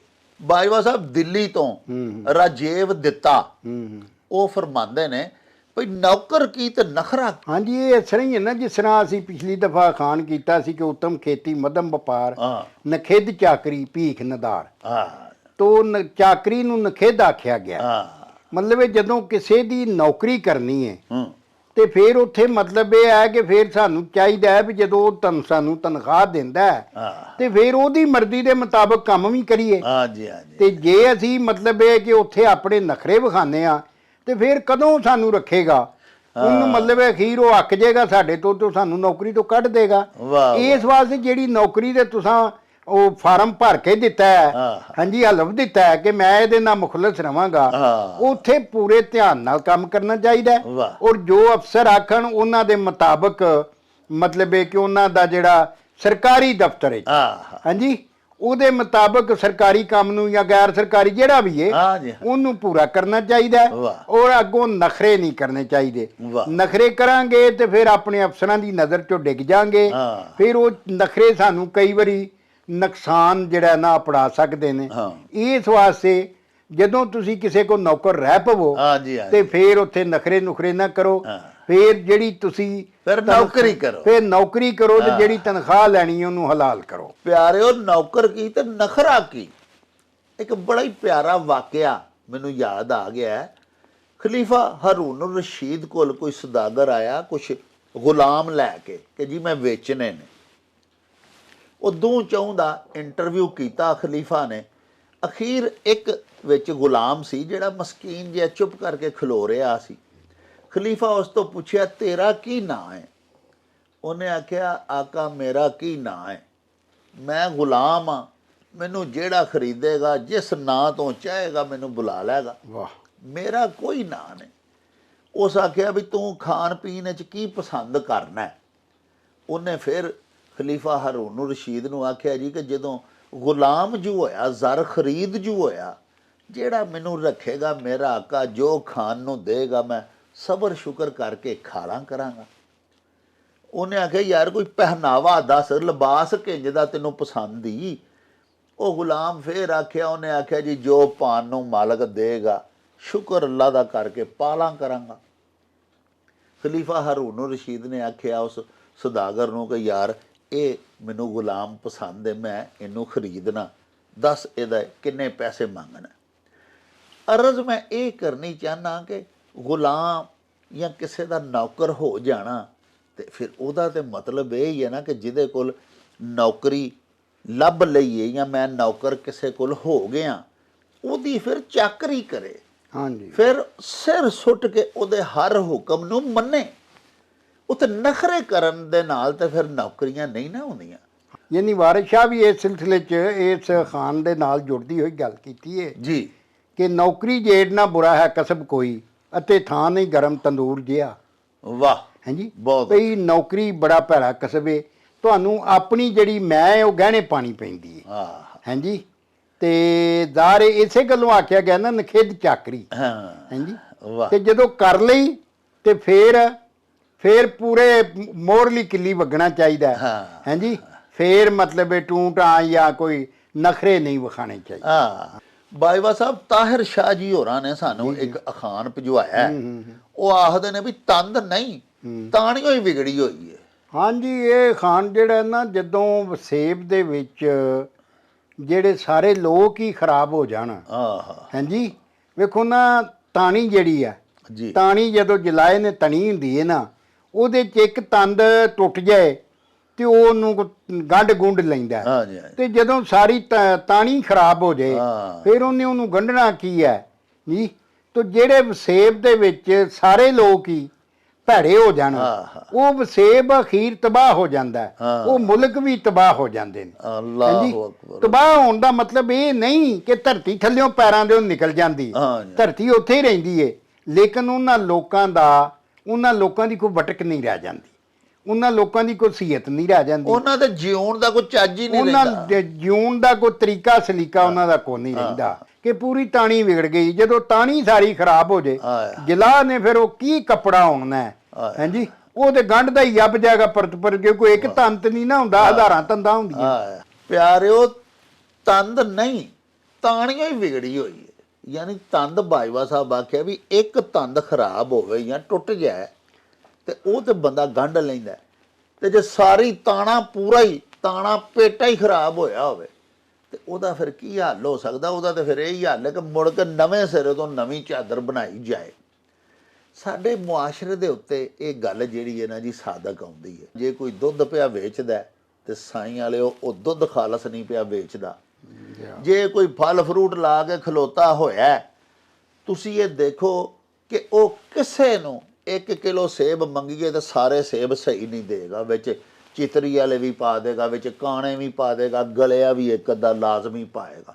ਸਬਜ਼ੀ ਵਾਲੇ ਕੋਲ ਟੁਰ ਜਾਓ, ਉਹਨੇ ਇੰਨਾ ਕੁ ਪਾਲਕ ਨੂੰ ਪਾਣੀ ਲਾਇਆ ਹੋਇਆ ਕਿ ਜੇ 2 ਕਿਲੋ ਲਵੋਗੇ ਤਾਂ ਘਰ ਜਾਂਦਿਆਂ ਨੂੰ ਸੁੱਕ ਕੇ ਤੇ ਕਿਲੋ ਰਹਿ ਜਾਏਗੀ। ਪਿਆਰਿਓ ਮੁਰਦਾ ਮੁਰਗੀਆਂ ਲੋਕ ਵੇਚਣ ਡਏ ਨੇ। ਯਾਨੀ ਕਿ ਦੇਖੋ ਗੋਸ਼ਤ ਨੂੰ ਪਾਣੀ ਲਾ ਲਾ ਕੇ ਕਸਾਈ ਪੈ ਵੇਚਦੇ ਨੇ। ਇੱਥੇ ਇਹ ਇੰਨੀਆਂ ਗੱਲਾਂ ਤੁਹਾਨੂੰ ਤਾਂ ਆਪਣੇ ਮੁਆਸ਼ਰੇ ਦੇ, ਆਪਣੇ ਵਸੇਬ ਦੇ ਇਹ ਸਾਰੇ ਪੱਖ ਵਹਾਏ ਨੇ ਵੀ ਇੱਥੇ ਵੀ ਤੰਦ ਨਹੀਂ, ਤਾਣੀਓ ਹੀ ਵਿਗੜੀ ਹੋਈ ਹੈ। ਅੱਲਾ ਪਾਕ ਸ਼ਹਿਨਸ਼ਾਹੀ ਕੋਈ ਕਰਮ ਕਰੇ ਜਾਂ ਹਜ਼ਰਤ ਉਮਰ ਫਾਰੂਕ ਰਜ਼ੀ ਅੱਲਾਹ ਤਾਲਾ ਅਨਹੋ ਵਰਗਾ ਕੋਈ ਹੁਕਮਰਾਨ ਆਵੇ ਤੇ ਫੇਰ ਹੀ ਸਾਡੀ ਤਾਣੀ ਵੀ ਸਿੱਧੀ ਹੋ ਸਕਦੀ ਹੈ। ਨਹੀਂ ਤੇ ਸਾਡਾ ਹਾਲ ਵੀ ਇਹ ਹੀ ਹੈ ਕਿ ਤੰਦ ਨਹੀਂ, ਸਾਰੀ ਤਾਣੀਓ ਹੀ ਵਿਗੜੀ ਹੋਈ ਹੈ। ਬਾਜਵਾ ਸਾਹਿਬ ਮੁਹੰਮਦ ਮੋਹਸਨ ਅੰਬਾਲਵੀ ਅੰਬਾਲੇ ਤੋਂ ਆਏ ਨੇ ਹਿਜਰਤ ਕਰਕੇ ਤੇ ਰਾਵਲਪਿੰਡੀ ਦੇ ਵਿੱਚ ਜਨਾਬ ਅੱਜ ਕੱਲ ਸੈੱਟ ਨੇ। ਵਾਹ, ਸਾਡੇ ਬੜੇ ਪਿਆਰੇ ਦਰਸ਼ਕ ਨੇ। ਉਹਨਾਂ ਆਖਿਆ ਜੀ ਕਿ ਅਨਾੜੀ ਕਲੰਦਰ ਤੇ ਬਾਂਦਰਾਂ ਦੀ ਸਖਤੀ। ਅਨਾੜੀ ਆਂਦੇ ਨੇ ਜਿਹਨੂੰ ਪੂਰੀ ਸਿੱਖਿਆ ਨਾ ਲਈ ਹੋਵੇ। ਹਾਂਜੀ ਅੱਛਾ, ਤੇ ਕਲੰਦਰ ਆਂਦੇ ਨੇ ਬਾਂਦਰ ਨਰੇਛ ਨਚਾਉਣ ਵਾਲੇ ਨੇ। ਹਾਂਜੀ ਤੋ ਗੱਲ ਇਹ ਹੈ ਕਿ ਅਗਰ ਉਹ ਆਪ ਸਿੱਖਿਆ ਪੂਰੀ ਉਹਨੇ ਨਹੀਂ ਲਈ ਹੋਏਗੀ, ਹਾਂਜੀ, ਜਿਹੜਾ ਉਹਨਾਂ ਨੂੰ ਨਚਾਉਣ ਵਾਲਾ ਹੈ, ਤੇ ਉਹ ਫਿਰ ਉਹਨਾਂ ਨੂੰ ਡੰਡੇ ਮਾਰ ਮਾਰ ਕੇ ਕੁੱਟ ਕੁੱਟ ਕੇ ਤੇ ਮਤਲਬ ਇਹ ਕਿ ਆਖੇਗਾ ਇੰਜ ਬਣ ਤੇ ਇੰਜ ਬਣ ਤੇ ਲਾੜਾ ਬਣ ਤੇ ਵਹੁਟੀ ਬਣ। ਹਾਂਜੀ, ਤੇ ਜੇ ਉਹਨੂੰ ਆਪ ਪੂਰਾ ਚੱਜ ਹੋਏਗਾ ਤੇ ਉਹਨਾਂ ਨੂੰ ਪੂਰੇ ਸਲੀਕੇ ਨਾਲ, ਜਿਸ ਤਰ੍ਹਾਂ ਉਹਨੇ ਜਿਹੜੇ ਅਸੂਲ ਨੇ ਆਪਣੇ ਵੱਡੇ ਕਲੰਦਰਾਂ ਕੋਲੋਂ ਸਿੱਖੇ ਵੀ ਇਹਨੂੰ ਇੰਜ ਸਿੱਖਿਆ ਦੇਣੀ ਹੈ, ਇੰਜ ਇਹਨੂੰ ਰੱਖਣਾ ਹੈ, ਇੰਜ ਇਹਨੂੰ ਜਾਚ ਸਿਖਾਣੀ ਹੈ, ਉਹ ਉਹਨੂੰ ਜਾਚ ਸਿਖਾਉਣ ਦਾ ਪੂਰਾ ਚੱਜ ਹੋਏਗਾ। ਹਾਂਜੀ, ਤੇ ਫਿਰ ਉਹ ਮਤਲਬ ਹੈ ਕਿ ਉਹਨਾਂ ਦੀ ਜ਼ਾਹਰ ਉਹਨਾਂ ਤੇ ਸਖਤੀ ਨਹੀਂ ਹੋਏਗੀ, ਲੇਕਿਨ ਇਹ ਖੁੱਲ੍ਹਿਆ ਮੈਨਿਆਂ 'ਚ ਜਦੋਂ ਵਰਤੀਏ ਤੇ ਇੱਥੇ ਅਸੀਂ ਵੇਖਦੇ ਹਾਂ ਕਿ ਜਦੋਂ ਕੋਈ ਹੁਕਮਰਾਨ ਕਚੱਜਾ ਆ ਜਾਏਗਾ ਤੇ ਪੂਰੀ ਪਬਲਿਕ ਜਿਹੜੀ ਹੈ ਨਾ ਉਹ ਲਤਾੜੀ ਜਾਏਗੀ, ਉਹ ਦਬਾੜੀ ਜਾਏਗੀ, ਉਹਨਾਂ ਨੂੰ ਮਤਲਬ ਇਹ ਹੈ ਕਿ ਉਹ ਡਾਂਗ ਸੋਟਾ ਫੇਰੀ ਜਾਏਗਾ। ਹਾਂਜੀ, ਤੋ ਗੱਲ ਇਹ ਹੈ ਕਿ ਜਿਹੜਾ ਵੀ ਜਿਹੜੀ ਸੀਟ ਤੇ ਬੈਠਾ ਨਾ ਜੀ, ਉਹਨੂੰ ਉਹਦੇ ਕਾਬਲ ਹੋਣਾ ਚਾਹੀਦਾ। ਵਾਹ, ਅਗਰ ਉਹ ਕਾਬਲ ਨਹੀਂ ਹੋਏਗਾ, ਕੋਈ ਵੀ ਅਫਸਰ ਹੈ ਜਾਂ ਕੋਈ ਕਿਸੇ ਵੀ ਮਹਿਕਮੇ ਦਾ ਜਾਂ ਕਿਸੇ ਪ੍ਰਾਈਵੇਟ ਅਦਾਰੇ ਦਾ ਜੀ ਜੋ ਹੈਡ ਹੈ, ਹਾਂਜੀ, ਉਹਨੇ ਆਪਣੇ ਮਤਹਿਤਾਂ ਨੂੰ ਮਤਲਬ ਵੇਖੋ ਜੀ ਕੰਮ ਉਹਨੂੰ ਆਪ ਆਉਂਦਾ ਹੋਏਗਾ ਤੇ ਕਿਸੇ ਨੂੰ ਦੱਸੇਗਾ, ਕੰਮ ਲਵੇਗਾ ਜਦੋਂ ਉਹਨੂੰ ਆਪ ਕੰਮ ਸਾਰਾ ਸਮਝਦਾ ਹੋਏਗਾ। ਹਾਂਜੀ, ਹਾਂਜੀ, ਕਿ ਅੰਗਰੇਜ਼ੀ 'ਚ ਇਹਨੂੰ ਆਉਂਦੇ ਨੇ ਇਹ ਬੈਡ ਵਰਕਸਮੈਨ ਕੁਆਰਲਸ ਵਿਦ ਹਿਜ਼ ਟੂਲਸ। ਹਾਂਜੀ, ਕਿ ਜਿਹੜਾ ਅਨਸਿੱਖ ਬੰਦਾ ਹੈ ਨਾ, ਅਨਸਿੱਖ ਕੰਮ ਦਾ ਕਰਨ ਵਾਲਾ, ਉਹ ਆਪਣੇ ਉਹਦੇ ਹਥਿਆਰਾਂ ਨਾਲ ਹੀ ਲੜਦਾ ਫਿਰਦਾ ਰਹਿੰਦਾ। ਹਾਂਜੀ, ਔਜ਼ਾਰਾਂ ਨਾਲ ਹੀ ਲੜਦਾ ਫਿਰਦਾ ਰਹਿੰਦਾ। ਉਹ ਚਾਬੀ ਫਲਾਣੀ ਲੱਗਣੀ ਹੈ, ਪਾਨਾ ਫਲਾਣਾ ਨੰਬਰ ਦਾ ਲੱਗਣਾ, ਉਹ ਤੂੰ ਆਹ ਨਹੀਂ ਲਿਆਂਦਾ, ਉਹ ਤੂੰ ਉਹ ਨਹੀਂ ਲਿਆਂਦਾ। ਤੇ ਜਿਹੜਾ ਪੂਰਾ ਸਿੱਖਿਆ ਘਰ ਹੈ ਨਾ ਜੀ, ਉਹਦੀ ਤੇ ਨਜ਼ਰ ਹੀ ਜਿਹੜੀ ਹੈ, ਜਿਵੇਂ ਆਂਦੇ ਨੇ ਨਜ਼ਰ ਜਿਨ੍ਹਾਂ ਦੀ ਕੀਮੀਆਂ ਸੋਨਾ ਦੇਣ ਬਣਾ, ਹਾਂਜੀ, ਉਹ ਤੇ ਫਿਰ ਜਨਾਬ ਨਜ਼ਰ ਨਾਲ ਹੀ ਕੰਮ ਕਰ ਲੈਂਦਾ। ਇਸ ਵਾਸਤੇ ਅਸਿੱਖ ਜਿਹੜੇ ਸਿੱਖੇ ਹੋਏ ਨਹੀਂ, ਅਗਰ ਉਹ ਹੋਣਗੇ ਕਿਸੇ ਵੀ ਕੰਮ ਦੇ ਹੈਡ, ਹਾਂਜੀ, ਜਾਂ ਹੁਕਮਰਾਨ, ਤੇ ਉਹ ਫਿਰ ਮਤਲਬ ਉਹਦਾ ਨੰਦੂ ਹੀ ਨਿਕਲੇਗਾ ਉਸ ਮੁਲਕ ਦਾ। ਹਾਂਜੀ, ਉਹਦਾ ਬੇੜਾ ਹੀ ਗਰਕ ਹੋਏਗਾ। ਉਹ ਮਤਲਬ ਇਹ ਕਿ ਪਬਲਿਕ ਦੀ ਸਖਤੀ ਆਏਗੀ। ਹਾਂਜੀ, ਤੇ ਪਬਲਿਕ ਦਾ ਲਹੂ ਉਹ ਨਿਚੋੜ ਕੇ ਪੀਂਦੇ ਰਹਿਣ। ਹਾਂਜੀ ਹਾਂਜੀ ਪਿਆਰਿਓ, ਅਨਾੜੀ ਕਲੰਦਰ ਤੇ ਬਾਂਦਰਾਂ ਦੀ ਸਖਤੀ। ਅਨਾੜੀ ਅਨਸਿੱਖ ਬਾਬਾ ਜੀ ਦੱਸਿਆ ਪੰਜਾਬੀ ਵਿੱਚ, ਤੇ ਇੰਗਲਿਸ਼ ਵਿੱਚ ਅਨਟ੍ਰੇਨਡ, ਜਿਹੜਾ ਆਪ ਹੀ ਟ੍ਰੇਨਿੰਗ ਯਾਫਤਾ ਨਹੀਂ, ਜਿਹਨੂੰ ਆਪੋ ਹੀ ਇੱਕ ਕੰਮ ਨਹੀਂ ਆਉਂਦਾ, ਤੇ ਉਹਨੇ ਫਿਰ ਦੂਸਰਿਆਂ ਕੋਲੋਂ ਉਹ ਕੰਮ ਕੀ ਲੈਣਾ। ਯਾਨੀ ਜਿਹੜਾ ਕਲੰਦਰ ਹੈ, ਰਿੱਛ ਰੱਖਣ ਵਾਲਾ, ਬਾਂਦਰ ਰੱਖਣ ਵਾਲਾ, ਬਾਂਦਰ ਦਾ ਤਮਾਸ਼ਾ ਕਰਨ ਵਾਲਾ, ਜਿਹੜਾ ਬਾਂਦਰ ਦੇ ਤਮਾਸ਼ੇ ਕਰਕੇ ਤੇ ਪੈਸੇ ਕਮਾਉਂਦਾ, ਉਹ ਟ੍ਰੇਨਡ ਹੋਣਾ ਚਾਹੀਦਾ। ਉਹ ਪਹਿਲੇ ਬਾਂਦਰਾਂ ਨੂੰ ਨੱਚਣਾ ਸਿਖਾਏਗਾ, ਬਾਂਦਰ ਨੂੰ ਆਖੇਗਾ ਸਹੁਰੇ ਕਿਵੇਂ ਜਾਣਾ, ਇਹ ਸਾਰੀਆਂ ਗੱਲਾਂ ਉਹਨੂੰ ਸਿਖਾਏਗਾ, ਤੇ ਬਾਂਦਰ ਫੇਰ ਹੀ ਟੁਰ ਕੇ ਸਹੁਰੇ ਜਾਏਗਾ। ਤੇ ਜੇ ਉਹ ਆਪ ਹੀ ਅਨਾੜੀ ਹੈ ਤੇ ਫਿਰ ਉਹ ਕੰਮ ਤੇ ਲੈ ਨਹੀਂ ਸਕਦਾ ਬਾਂਦਰਾਂ ਕੋਲੋਂ, ਸਿਰਫ ਉਹਨਾਂ ਨੂੰ ਸੋਟਾ ਹੀ ਪਿਆ ਮਾਰੇਗਾ ਬੇਜ਼ਬਾਨਾਂ ਨੂੰ। ਬਾਜਵਾ ਸਾਹਿਬ ਇੱਕ ਹੋਰ ਬੜੀ ਪਿਆਰੀ ਗੱਲ ਕੀਤੀ ਕਿ ਜਦੋਂ ਹੁਕਮਰਾਨ ਵੀ ਅਨਾੜੀ ਹੁੰਦੇ ਨੇ ਤੇ ਆਵਾਮ ਦੀ ਸਖਤੀ ਆ ਜਾਂਦੀ ਹੈ। ਤੁਸੀਂ ਦੇਖੋ ਨਾ ਕਿ ਹੁਕਮਰਾਨ ਦਾ ਤੇ ਕੰਮ ਇਹ ਵੇ ਕਿ ਆਵਾਮ ਦਾ ਖਾਦਮ ਹੋਵੇ। ਪਿਆਰੇ ਨਬੀ ਪਾਕ ਫਰਮਾਇਆ, ਸੈਯਦੁਲ ਕੌਮ ਖਾਦਿਮਹੁਮ, ਕੌਮ ਦਾ ਸਰਦਾਰ ਕੌਮ ਦਾ ਖਾਦਮ ਹੁੰਦਾ, ਖਿਦਮਤਗਾਰ ਹੁੰਦਾ, ਸੇਵਾਦਾਰ ਹੁੰਦਾ। ਇਹ ਨਹੀਂ ਕਿ ਜਦੋਂ ਆਪਣੀਆਂ ਅਯਾਸ਼ੀਆਂ ਆਪਣੇ ਅਲੱਲੇ ਤਲੱਲੇ ਪੂਰੇ ਨਾ ਹੋਣ ਤੇ ਆਵਾਮ ਤੇ ਹੋਰ ਟੈਕਸ ਲਾ ਦਿੱਤਾ ਜਾਏ। ਅਰਬਾਂ ਖਰਬਾਂ ਦੇ ਜਿਹੜੇ ਕਰਜ਼ੇ ਲਏ ਗਏ ਨੇ ਸਾਡੇ ਹੁਕਮਰਾਨਾਂ ਲਏ ਨੇ ਮੁਲਕੀ ਤਰੱਕੀ ਦੇ ਨਾਂ ਤੇ, ਅਵਾਮੀ ਫਲਾਹੋ ਬਹਿਬੂਦ ਦੇ ਨਾਂ ਤੇ। ਸਾਹਿਬੋ ਤੁਸੀਂ ਅੱਖਾਂ ਵਾਲਿਓ ਖੁਦ ਪੈ ਵੇਖਦੇ ਹੋ ਕਿ ਕੀ ਅਵਾਮ ਦੀ ਫਲਾਹੋ ਬਹਿਬੂਦ ਹੋਈਏ। ਸਾਡੀ ਰਿਆਸਤ ਕਦੋਂ ਫਲਾਹੀ ਤੇ ਰਿਫਾਹੀ ਰਿਆਸਤ ਬਣ ਸਕੀਏ। ਹੁਕਮਰਾਨਾਂ ਦੇ ਦਿਨ ਜ਼ਰੂਰ ਪਰਤੇ ਨੇ, ਉਹਨਾਂ ਦੇ ਚੱਜ ਚਾਲੇ ਜਿਹੜੇ ਨੇ ਉਹ ਵਾਕਈ ਇਸ ਤਰ੍ਹਾਂ ਦੇ ਨੇ ਕਿ ਅਮਰੀਕਾ ਜਾਂ ਦੁਨੀਆ ਦੇ ਅਜ਼ੀਮ ਤਰੀਨ ਤਰੱਕੀ ਯਾਫਤਾ ਮਮਾਲਕ ਦੇ ਹੁਕਮਰਾਨਾਂ ਦੇ ਵੀ ਇੰਜ ਦੇ ਨਹੀਂ। ਉਹਨਾਂ ਦੀ ਨਸ਼ਿਸਤੋਂ ਬਰਖਾਸਤ ਵੇਖ ਲਵੋ, ਉਹਨਾਂ ਦਾ ਉੱਠਣਾ ਬੈਠਣਾ ਵੇਖ ਲਵੋ ਕਿ ਕਿਸ ਕਦਰ ਉਹਨਾਂ ਦੇ ਅਖਰਾਜਾਤ ਨੇ, ਉਹਨਾਂ ਦੀਆਂ ਤਾਇਸ਼ਾਤ ਨੇ। ਅਵਾਮ ਨਾ ਬਿਜਲੀ ਦੇ ਬਿੱਲ ਦੇ ਸਕਦੇ ਪਏ ਨੇ, ਨਾ 2 ਵਕਤ ਦੀ ਰੋਟੀ ਮੁਯੱਸਰ ਹੈ। ਇਹ ਪਾਕਿਸਤਾਨ ਦੀ ਗੱਲ ਅਸੀਂ ਕਰ ਰਹੇ ਹਾਂ। ਸਾਡੇ ਜਿਹੜੇ ਦਰਸ਼ਕ ਬੈਰੂਨ ਮਮਾਲਕ 'ਚ ਵਸਦੇ ਨੇ, ਅੱਲਾਹ ਪਾਕ ਉਹਨਾਂ ਨੂੰ ਆਪਣੀ ਹਿਫਜ਼ੋ ਅਮਾਨ 'ਚ ਰੱਖੇ, ਇਹ ਉਹਨਾਂ ਦੇ ਮਸਲੇ ਤੇ ਨਹੀਂ।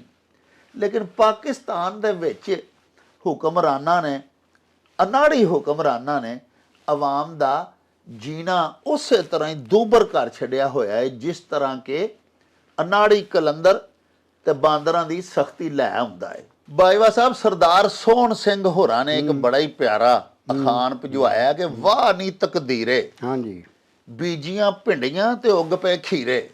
ਹਾਂਜੀ, ਜਦੋਂ ਦਿਨਾਂ 'ਚ ਫਰਕ ਹੋਵੇ ਨਾ, ਮੁਕੱਦਰਾਂ 'ਚ ਫਰਕ ਹੋਵੇ ਜੀ, ਹਾਂਜੀ, ਤੇ ਫਿਰ ਮਤਲਬ ਇਹ ਕਿ ਇਸ ਤਰ੍ਹਾਂ ਹੀ ਹੋ ਜਾਂਦਾ ਹੈ। ਹਾਂਜੀ, ਬੀਜੀਏ ਕਣਕ ਤੇ ਉੱਗ ਗੰਢਾਲ ਪੈਂਦੀ, ਭਾਵੇਂ ਖਾਸ ਨਿਆਈ ਦੀ ਵੰਡ ਹੋਵੇ। ਹਾਂਜੀ, ਤੇ ਕਰਮਾਂ ਬਾਝ ਪਿਆਰਿਆ ਜੀਣ ਕੋਈ ਨਾ।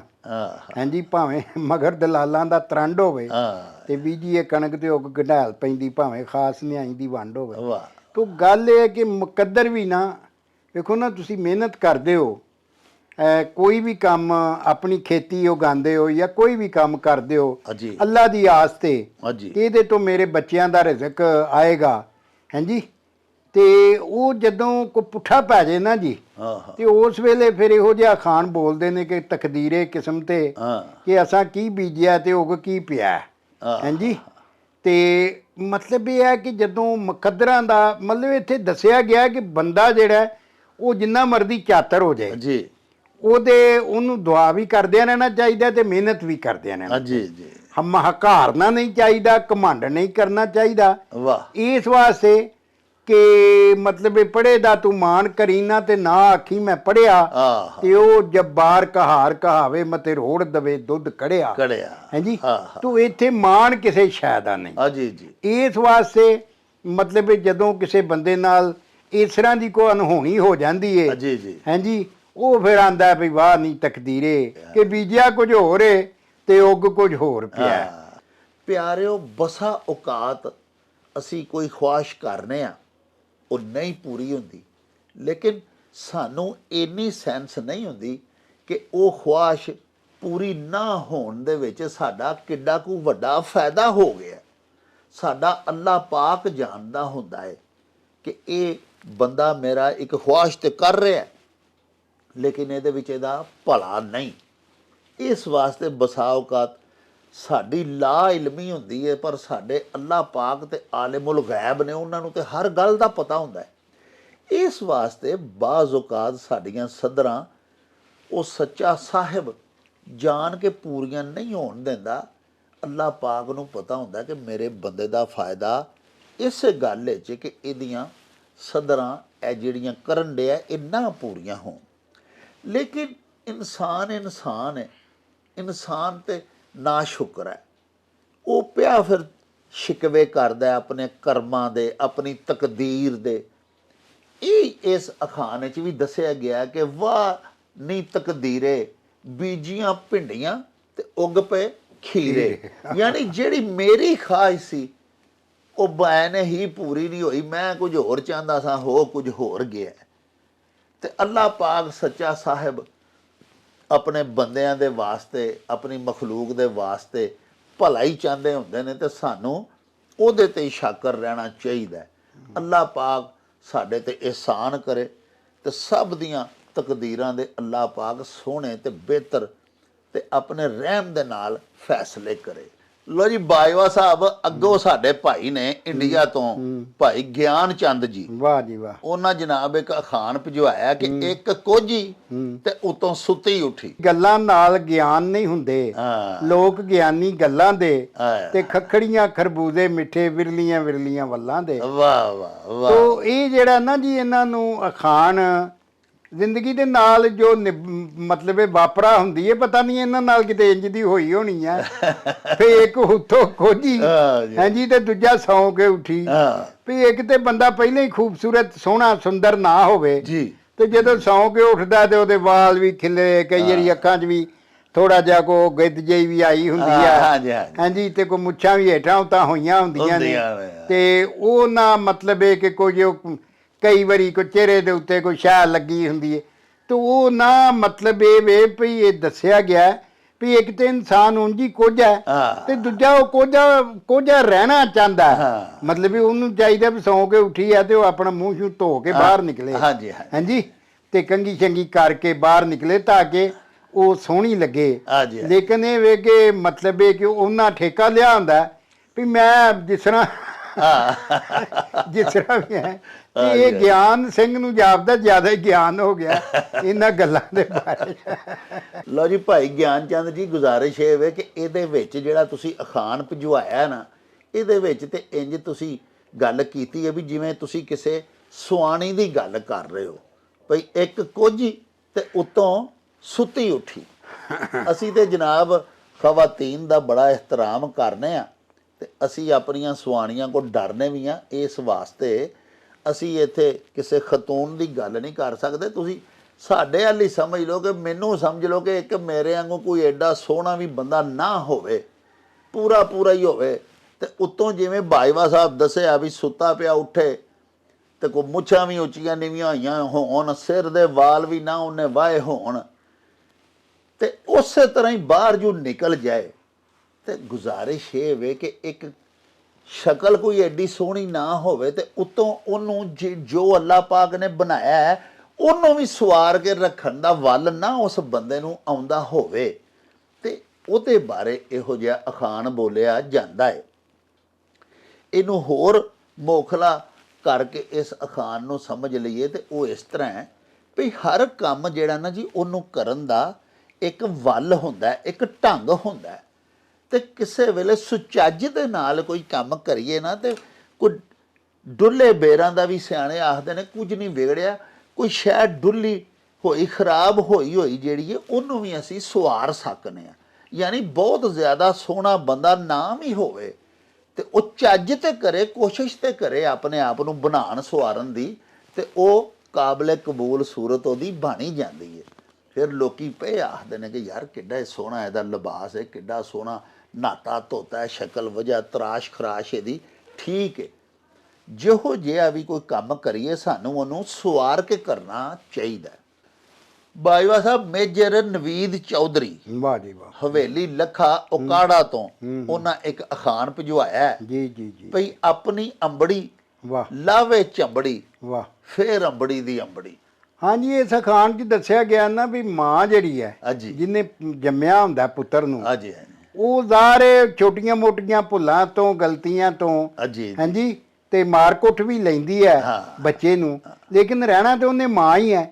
ਔਰ ਉਹ ਜਦੋਂ ਮਾਰਦੀ ਕੁੱਟਦੀ ਵੀ, ਕਿਸੇ ਵੀ ਮਾਂ ਨੂੰ ਆਪਣਾ ਪੁੱਤਰ ਦੁਪਰਿਆਰਾ ਤਾਂ ਨਹੀਂ ਹੁੰਦਾ ਜਾਂ ਨਾ ਧੀ ਦੁਪਰਿਆਰੀ ਹੁੰਦੀ ਹੈ। ਉਹ ਤੇ ਜਦੋਂ ਮਾਰਨ ਵੀ ਲੱਗਦੀ ਹੈ ਨਾ ਤੇ ਉਹਦੇ ਹੱਥ ਵਿੱਚ ਮਤਲਬ ਇਹ ਵੇ ਕਿ ਕੁੱਬ ਕੱਢ ਕੇ ਨਾ ਪੋਲਾ ਹਾਂਜੀ ਤੇ ਮਾਰੇਗੀ ਲੋਕਾਂ ਨੂੰ ਵਿਖਾਉਣ ਲਈ ਹਾਂਜੀ, ਲੇਕਿਨ ਉਹਦੇ ਦਿਲ ਦੇ ਅੰਦਰ ਮਾਂ ਵਾਲਾ ਰਹਿਮ ਹੁੰਦਾ ਹੈ ਹਾਂਜੀ, ਤੇ ਉਹ ਮਤਲਬ ਇਹ ਭਾਵੇਂ ਚਮੜੀ ਵੀ ਲਾ ਛੜੇ ਨਾ, ਜਿੰਨੀ ਮਰਜ਼ੀ ਮਾਰੇ, ਉਹਦੀ ਮਾਰ ਵਿੱਚ ਵੀ ਇੱਕ ਪਿਆਰ ਹੁੰਦਾ ਹੈ ਹਾਂਜੀ। ਔਰ ਉਹ ਇਸੇ ਵਾਸਤੇ ਉਹਨੇ ਰਹਿਣਾ ਤੇ ਮਾਂ ਹੀ ਹੈ, ਕਿਉਂਕਿ ਉਹਨੇ ਭਲੇ ਵਾਸਤੇ ਹੀ ਕਰਨਾ ਹੈ ਕਿ ਮੇਰਾ ਬੱਚਾ ਜਿਹੜਾ ਸਿੱਖ ਜਾਏ, ਇਹ ਭੈੜੀਆਂ ਆਦਤਾਂ ਇਹਨੂੰ ਨਾ ਪੈਣ ਹਾਂਜੀ, ਤੇ ਇਹਨੂੰ ਭੈੜੀਆਂ ਆਦਤਾਂ ਨਾ ਪੈਣ, ਬੁਰਿਆਂ ਕੰਮਾਂ ਤੋਂ ਠਾਕਦੀ ਏ ਮਾਂ, ਭੈੜੀਆਂ ਹਰਕਤਾਂ ਤੋਂ ਠਾਕਦੀ ਏ, ਇਸ ਵਾਸਤੇ ਮਾਰਦੀ। ਵਰਨਾ ਤੇ ਮਾਂ ਦਾ ਤੇ ਦਿਲ ਜਿਹੜਾ ਉਹ ਮਤਲਬ ਇਹ ਕਿ ਬੱਚਿਆਂ ਨੂੰ ਮਾਰਨ ਤੇ ਕਰਦਾ ਹੀ ਨਹੀਂ ਹਾਂਜੀ, ਮਾਂ ਦੀ ਮਮਤਾ ਮਸ਼ਹੂਰ ਹੈ। ਇਸ ਵਾਸਤੇ ਦੱਸਿਆ ਗਿਆ ਵੀ ਮਾਂ ਭਾਵੇਂ ਚੰਮ ਵੀ ਬੰਦੇ ਦਾ ਲਾ ਛੜੇ ਨਾ, ਪਰ ਉਹ ਮਾਂ ਹੀ ਹੈ। ਉਹਦੇ ਪਿਆਰ ਦਾ ਮੁਤਬਾਦਲ ਉਹਦਾ ਪਿਆਰ ਵਰਗਾ ਪਿਆਰ ਦੁਨੀਆ 'ਚ ਕਿਸੇ ਹੋਰ ਦਾ ਹੋ ਹੀ ਨਹੀਂ ਸਕਦਾ ਨਹੀਂ। ਲਓ ਜੀ ਮੇਜਰ ਸਾਹਿਬ, ਤੁਸੀਂ ਸਾਡੇ ਬਾਬਾ ਜੀ ਦੀਆਂ ਗੱਲਾਂ ਬਾਤਾਂ ਸੁਣੀਆਂ। ਵੇਖੋ ਨਾ, ਤੁਸੀਂ ਜਿਹੜਾ ਅਖਾਣ ਭਜਵਾਇਆ ਨਾ ਜੀ, ਉਹ ਇਸ ਤਰ੍ਹਾਂ ਹੈ ਕਿ ਅੰਬੜੀ ਲਾਵੇ ਚੰਬੜੀ, ਫੇਰ ਅੰਬੜੀ ਦੀ ਅੰਬੜੀ।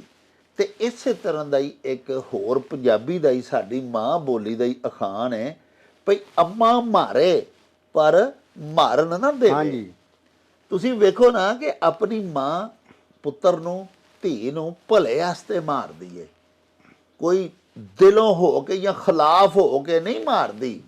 ਉਹ ਇਸ ਵਾਸਤੇ ਮਾਰਦੀ ਹੈ ਕਿ ਮੇਰਾ ਬੱਚਾ ਸੌਰ ਜਾਏ। ਕਿਸੇ ਸ਼ਾਇਰ ਨੇ ਅੱਲਾਹ ਪਾਕ ਸੱਚੇ ਸਾਹਿਬ ਦੇ ਹਜ਼ੂਰ ਸ਼ੇਰ ਲਿਖਿਆ ਹੈ ਕਿ वो जहन्नुम भी अगर दे तो करूं शुक्र अदा, कोई अपना ही समझ कर तो सजा देता है। ਜਦੋਂ ਕੋਈ ਮਾਰਦਾ ਭਲੇ ਦੇ ਵਾਸਤੇ ਤੇ ਕੋਈ ਆਪਣਾ ਹੀ ਮਾਰਦਾ। ਬਗਾਨੇ ਤੇ ਸਗੋਂ ਖੁਸ਼ ਹੁੰਦੇ ਨੇ ਕਿਸੇ ਬੰਦੇ ਨੂੰ ਵਿਗੜਦਿਆਂ ਵੇਖ ਕੇ, ਕਿਸੇ ਬੱਚੇ ਨੂੰ ਖਰਾਬ ਹੁੰਦਿਆਂ ਵੇਖ ਕੇ। ਉਹ ਤੇ ਆਂਦੇ ਨੇ ਹੋਰ ਖਰਾਬ ਹੋਵੇ, ਹੱਥੋਂ ਉਹਨੂੰ ਗਲਤ ਸ਼ੈ ਦੇ ਦਿੰਦੇ ਨੇ, ਲੈ ਇਹ ਵੀ ਇਸਤੇਮਾਲ ਕਰ। ਜਿੰਨੇ ਸਾਡੇ ਬਾਲ ਨਸ਼ਿਆਂ ਤੇ ਲੱਗ ਜਾਂਦੇ ਨੇ, ਉਹਨਾਂ ਨੂੰ ਕੋਈ ਲਾਂਦਾ ਹੀ ਹੈ ਨਾ ਜੀ। ਤੇ ਮਾਪੇ ਉਹਨਾਂ ਨੂੰ ਮਾਰਦੇ ਨੇ ਵੀ ਨਾ ਇਹੋ ਜਿਹੇ ਕੰਮ ਕਰੋ। ਸੋ ਅਰਜ਼ ਇਹ ਵੇ ਕਿ ਆਪਣੀ ਮਾਂ ਜੇ ਚੰਬੜੀ ਵੀ ਲਾਂਦੀ ਹੈ ਤੇ ਭਲੇ ਵਾਸਤੇ ਲਾਂਦੀ ਹੈ। ਤੇ ਦੂਜਾ ਜਿਹੜਾ ਤੁਹਾਨੂੰ ਅਖਾਣ ਸੁਣਾਇਆ ਉਹ ਇਹ ਵੇ ਕਿ ਅੰਮਾ ਆਪ ਮਾਰੇ ਪਰ ਮਾਰਨ ਨਾ ਦੇਵੇ। ਕਦੀ ਮਾਂ ਜਿਹੜੀ ਆਪਣੇ ਪੁੱਤਰ ਦੀ ਆਪ ਚਮੜੀ ਪਈ ਲਾਂਦੀ ਏ, ਉਹਦੇ ਪੁੱਤਰ ਨੂੰ ਕੋਈ ਹੋਰ ਆ ਕੇ ਮਾਰੇ, ਜ਼ਨਾਨੀ ਜਾਂ ਕੋਈ ਬੰਦਾ, ਉਹੋ ਹੀ ਮਾਂ ਆਪਣੇ ਪੁੱਤਰ ਤੋਂ ਉੱਠ ਕੇ ਉਹਦੇ ਗਲ ਪੈ ਜਾਏਗੀ। ਹੋਰ ਕਿਸੇ ਨੂੰ ਤੇ ਨਹੀਂ ਨਾ ਮਾਰਨ ਦਿੰਦੀ। ਤੇ ਜੇ ਆਪੂ ਮਾਰਦੀ ਏ ਤੇ ਅਰਜ਼ ਕੀਤੀ ਹੈ ਕਿ ਭਲੇ ਵਾਸਤੇ, ਕਿ ਮੇਰੇ ਬੱਚੇ ਦਾ ਫਾਇਦਾ ਹੋ ਜਾਏ, ਇਹ ਸੌਰ ਜਾਏ, ਇਹ ਚੰਗੇ ਪਾਸੇ ਜਾਏ, ਇਸ ਲਈ ਮਾਵਾਂ ਮਾਰਦੀਆਂ।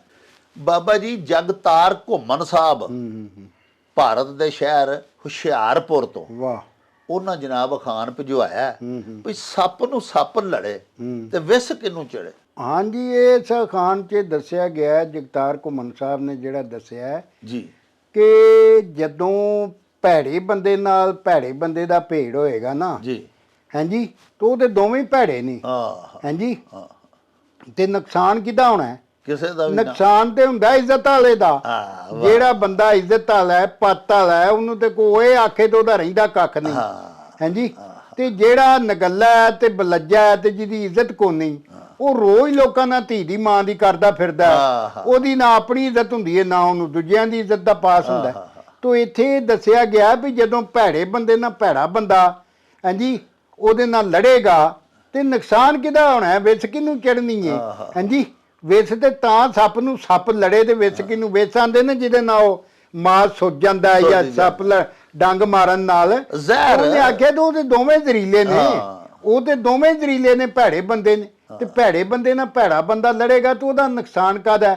ਨੁਕਸਾਨ ਤੇ ਹੁੰਦਾ ਇੱਜ਼ਤ ਵਾਲੇ ਦਾ, ਕਿ ਕੋਈ ਵੇਖ ਲੇਗਾ ਤੇ ਕੋਈ ਆਖੇਗਾ ਯਾਰ ਫਲਾਣਾ ਵੇਖੋ ਇਹੋ ਜੀ ਕੀ ਗੱਲਾਂ ਪਿਆ ਕਰਦਾ, ਯਾਰੇ ਤੇ ਇੱਜ਼ਤ ਵਾਲਾ ਬੰਦਾ ਤੇ ਕੀ ਪਿਆ ਮੂੰਹ ਕੱਢਦਾ। ਤੇ ਜਿਹਦੀ ਆਪਣੀ ਇੱਜ਼ਤ ਹੁੰਦੀ ਕੋਈ ਨਹੀਂ, ਹਾਂਜੀ, ਉਹ ਲੋਕਾਂ ਨੂੰ ਸੁਣਾਉਣ ਵਾਸਤੇ ਨੰਗੀਆਂ ਗਾਲਾਂ ਤੇ ਭੈੜੇ ਹਾਲ ਤੇ ਬਾਂਕੇ ਦਿਹਾੜੇ, ਹਾਂਜੀ, ਉਹ ਮਤਲਬ ਇਹ ਕਿ ਜਿਸ ਤਰ੍ਹਾਂ ਆਂਦੇ ਨੇ ਲੱਜ ਮਰਿੰਦਾ ਅੰਦਰ ਵੜਿਆ, ਮੂਰਖ ਸਮਝੇ ਮੇਥੋਂ ਡਰਿਆ। ਉਹ ਸ਼ਰਮ ਵਾਲਾ ਬੰਦਾ ਤੇ ਅੰਦਰ ਵੜ ਜਾਂਦਾ ਵੀ ਯਾਰ ਇਹ ਕੀ ਕਰਦਾ ਪਿਆ, ਤੇ ਬੇਵਕੂਫ ਸਮਝਦਾ ਮੇਰੇ ਕੋਲ ਡਰਦਾ ਅੰਦਰ ਵੜ ਗਿਆ। ਸਾਹਿਬ ਉਹ ਸੱਪ ਨੂੰ ਸੱਪ ਲੜੇ ਤੇ ਵਿਸ ਕਿਹਨੂੰ ਚੜੇ।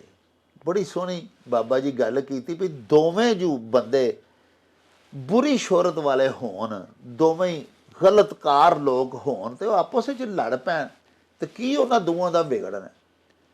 ਵਿਗੜਦਾ ਤੇ ਉਦੋਂ ਹੈ ਕਿ ਜਦੋਂ ਇੱਕ ਬਦ ਕਲਾਮ, ਇੱਕ ਬਦ ਕਿਰਦਾਰ ਸ਼ਖਸ ਉੱਠ ਕੇ ਕਿਸੇ ਨੇਕੋਕਾਰ ਦੇ ਉੱਤੇ ਹਮਲਾ ਕਰ ਦਿੰਦਾ ਲਫ਼ਜ਼ਾਂ ਦੇ ਨਾਲ, ਗੱਲਾਂ ਦੇ ਨਾਲ ਜਾਂ ਉਸ ਤਰ੍ਹਾਂ, ਤੇ ਫਿਰ ਉਹ ਜਿਹੜਾ ਨੇਕੋਕਾਰ ਹੈ ਉਹਦੀ ਇੱਜ਼ਤ ਨੂੰ ਵਾਕਈ ਨੁਕਸਾਨ ਪਹੁੰਚਦਾ, ਉਹਦੀ ਪੱਤ ਨਹੀਂ ਰਹਿੰਦੀ।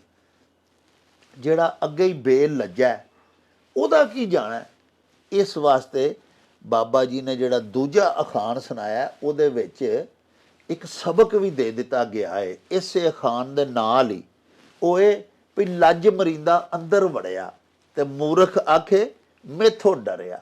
ਸ਼ਰੀਫ ਆਦਮੀ ਦਾ ਇਹ ਕੰਮ ਹੈ ਕਿ ਜਦੋਂ ਕੋਈ ਬਦ ਕਲਾਮ, ਕੋਈ ਬਦ ਗੋ, ਕੋਈ ਬਦ ਮੁਆਸ਼ ਕੋਈ ਬੁਰੀ ਸ਼ੋਹਰਤ ਵਾਲਾ ਉਹਦੇ ਗਲ ਪਵੇ ਤੇ ਉਹ ਆਪਣੀ ਇੱਜ਼ਤ ਬਚਾ ਕੇ ਅੰਦਰ ਜਾ ਵੜੇ, ਇੱਕ ਪਾਸੇ ਨੂੰ ਮੂੰਹ ਕਰ ਲਵੇ, ਉਹਦੇ ਮੂੰਹ ਨਾ ਲੱਗੇ। ਆਪਣੀ ਇੱਜ਼ਤ ਬਚਾਉਣਾ ਵੀ ਅੱਜ ਫੀ ਜ਼ਮਾਨਾ ਪਿਆਰਿਓ ਇੱਕ ਬਹੁਤ ਵੱਡੀ ਇੱਜ਼ਤ ਵਾਲੀ ਗੱਲ ਹੈ। ਸਾਡੇ ਹੁਣ ਇਸ ਵਿਲਾਗ ਦਾ ਵੇਲਾ ਮੁੱਕ ਗਿਆ ਹੈ। ਲਵਾਂਗੇ ਤੁਹਾਡੇ ਤੋਂ ਇਜਾਜ਼ਤ। ਲੈ ਆਓ ਯਾਰ ਹਵਾਲੇ ਰੱਬ ਦੇ ਤੇ ਮੇਲੇ 4 ਦਿਨਾਂ ਦੇ। ਉਸ ਦਿਨ ਈਦ ਮੁਬਾਰਕ ਹੋਸੀ, ਜਿਸ ਦਿਨ ਫੇਰ ਮਿਲਾਂਗੇ। ਰੱਬ ਰਾਖਾ ਤੇ ਅੱਲਾ ਬੇਲੀ। ओ चल मेले नू चली